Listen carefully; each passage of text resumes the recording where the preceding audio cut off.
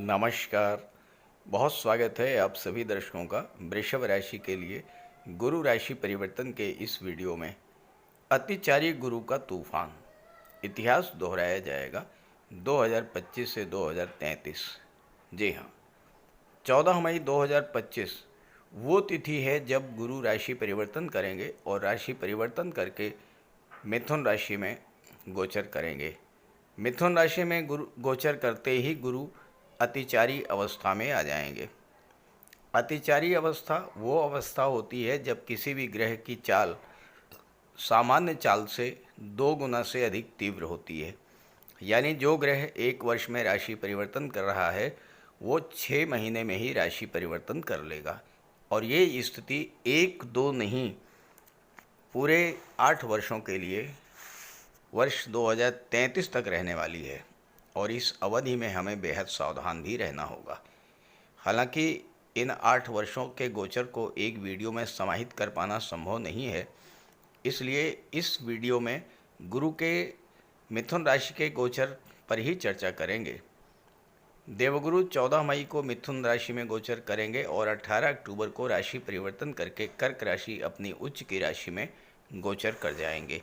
यहाँ पर लगभग 2 माह तक ही रहेंगे और पुनः 5 दिसंबर को मिथुन राशि में आ जाएंगे और 5 दिसंबर से 6 जून तक मिथुन राशि में रहेंगे और 6 जून 2026 को पुनः राशि परिवर्तन करके कर्क में चले जाएंगे। तो इस तरह से इन 13 महीनों के गोचर में देवगुरु मिथुन से कर्क में और फिर कर्क से मिथुन में आएंगे और पुनः कर्क में जाएंगे। तो अब सोचिए कितना तीव्र गति से गतिमान होंगे। अतिचारी अवस्था में गुरु किस तरह का तूफान लाते हैं, इसको समझने के लिए याद कीजिए महाभारत काल। उस समय भी 8 वर्षों के लिए गुरु अतिचारी हुए थे और उसका परिणाम क्या हुआ है ये बताने की आवश्यकता नहीं है। 2020 में भी गुरु अतिचारी अवस्था में गोचर किए थे अपनी नीच की राशि मकर राशि में, और उस समय कोरोना जैसी महामारी के कारण पूरा विश्व त्रस्त हुआ था। और वर्तमान में हालात आप देख ही रहे हैं, अभी गुरु अतिचारी भी नहीं हुए और हालात इतने ख़राब हो रहे हैं। तो वृषभ राशि के लिए गुरु का ये गोचर किस तरह का फल देने वाला है, आइए इसी पर चर्चा करते हैं। तो ये है वृषभ राशि के जातकों की गोचर कुंडली। 14 मई को देवगुरु आपकी कुंडली के धन भाव में गोचर करेंगे और यहाँ पर 18 अक्टूबर तक रहेंगे। 18 अक्टूबर को राशि परिवर्तन करके तीसरे भाव में चले जाएंगे। ज़रा सोचिए, एक राशि में गुरु 1 वर्ष तक गोचर करते हैं, लेकिन मात्र 5 महीनों में राशि परिवर्तन करके कर्क राशि में आ जाएंगे।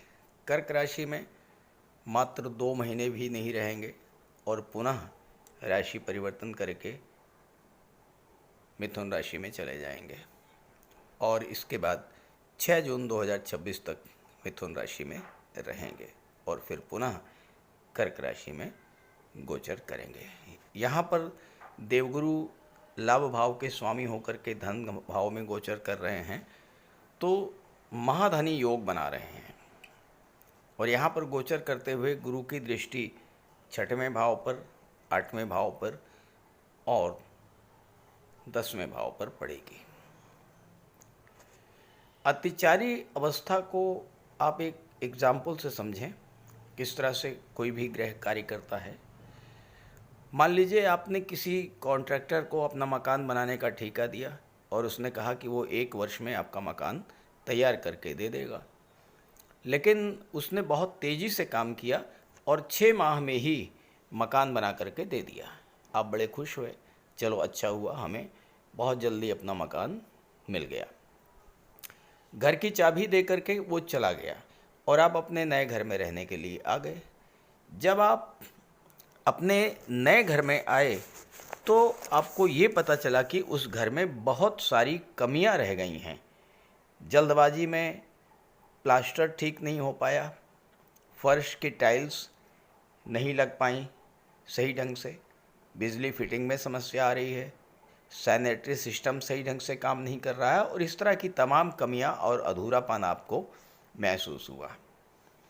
आपने पुनः उस ठेकेदार को फ़ोन लगाया और वो लगभग 2 महीने में आया और आने के बाद आपके घर में जो कमियां रह गई थीं उन कमियों को 6 महीने में वो ठीक करके फिर चला गया। तो यही स्थिति यहाँ भी होने जा रही है। गुरु अतिचारी हैं, जिस भाव से संबंध बनाएंगे उससे संबंधित फल तो बहुत तेज़ी से मिलेंगे, लेकिन यहीं हमें सावधान भी रहना है। कहीं ऐसा ना हो कि जो काम इन 6 महीनों में पूरा हुआ उसकी कमियों को दूर करने में पुनः अगले 6 माह लगाने पड़ें।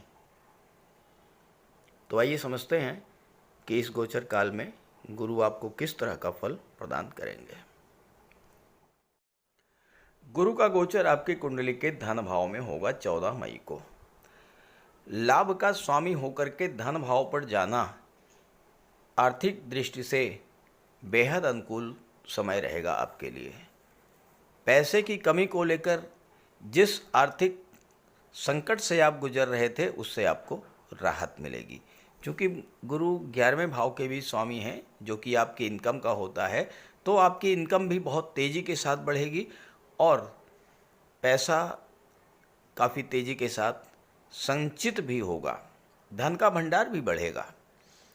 बहुत दिनों से सही तरीके से आप मनी मैनेजमेंट नहीं कर पा रहे थे। पैसा आ रहा था, खर्च हो रहा था, कितना आ रहा है, कितना खर्च हो रहा है, कहाँ पे खर्च हो रहा है, इस तरह की कोई भी आप मैनेजमेंट नहीं कर पा रहे थे। लेकिन अब आप सही तरीके से मैनेज कर पाने में सफल होंगे। लेकिन यहीं पर आपको ध्यान रखना है, पैसा बहुत तीव्र गति से आएगा तो आपको सही तरीके से उसका मैनेजमेंट भी करना होगा। ऐसा ना हो कि पैसा आए तो लेकिन वो पैसा व्यर्थ के कार्यों में आपका नष्ट हो जाए। ध्यान रहे, यही वो समय होगा जब पैसे को लेकर जल्दबाजी में लिया गया कोई भी फैसला आपके धन संबंधी कार्यों को हानि पहुंचा सकता है। इसलिए 18 अक्टूबर तक किसी को भी पैसा उधार मत दीजिएगा और अगर देना है तो बहुत सोच समझ करके दीजिएगा। कोई निवेश बेहद सावधानी से कीजिएगा। धन को लेकर के आपकी इच्छाएं, आपके सपने बहुत तेज़ी से पूरे होंगे। लेकिन एक बात और भी आपको ध्यान रखना है कि इस पूरे गोचर काल में आपकी कुंडली के 10वें भाव में राहु बैठे हैं और राहु की दृष्टि धन भाव पर पड़ रही है। अब राहु की तो कोई लिमिट नहीं होती है। राहु तो आपकी महत्वाकांक्षा को बहुत तीव्र गति से जागृत करेंगे और आपके मन में ये आएगा कि ज़्यादा से ज़्यादा पैसा कमाया जाए। राहु शॉर्टकट का रास्ता बताते हैं। राहु लीगल इलीगल कुछ भी नहीं जानते हैं। ऐसा ना हो कि जल्द से जल्द अमीर बनने के चक्कर में, रातों रात अमीर बनने के चक्कर में आप जुआ, सट्टा, लॉटरी या अन्य किसी अनैतिक गतिविधि में लग करके अपने धन का नाश कर लें। इस चीज़ से आपको बेहद सावधान भी रहना होगा। गुरु की दृष्टि 6ठे भाव पर पड़ेगी। 6ठे भाव पर गुरु की दृष्टि पड़ने से आपके जीवन में जो संघर्ष चल रहे थे उनसे आपको राहत मिलेगी। अगर आप नौकरी में हैं या एज ए प्रोफेशनल काम कर रहे हैं तो आपकी कुंडली के 10वें भाव में राहु का गोचर है और इस समय आपको कैरियर में बहुत सारे परिवर्तन देखने को मिलेंगे। कुछ जातकों के कार्य व्यवसाय में अप डाउन की स्थिति भी बन सकती है, लेकिन चूँकि गुरु की दृष्टि राहु पर पड़ रही है तो राहु शुभ फल देने के लिए बाध्य होंगे, तो नुकसान तो नहीं होगा। लेकिन नौकरी में परिवर्तन करते समय आपको विशेष सावधानी बरतनी होगी। हो सकता है कि आपको इस समय बड़े पैकेज की नौकरी का ऑफर मिले। पुरानी नौकरी को स्विच ऑफ करने से पहले और नई नौकरी को ज्वाइन करने से पहले आप ये पूरी तरह से संतुष्ट हो जाइए कि जो नई नौकरी आप ज्वाइन करने जा रहे हैं कहीं ऐसा तो नहीं है कि वहाँ की परिस्थितियाँ और भी ख़राब निकलें।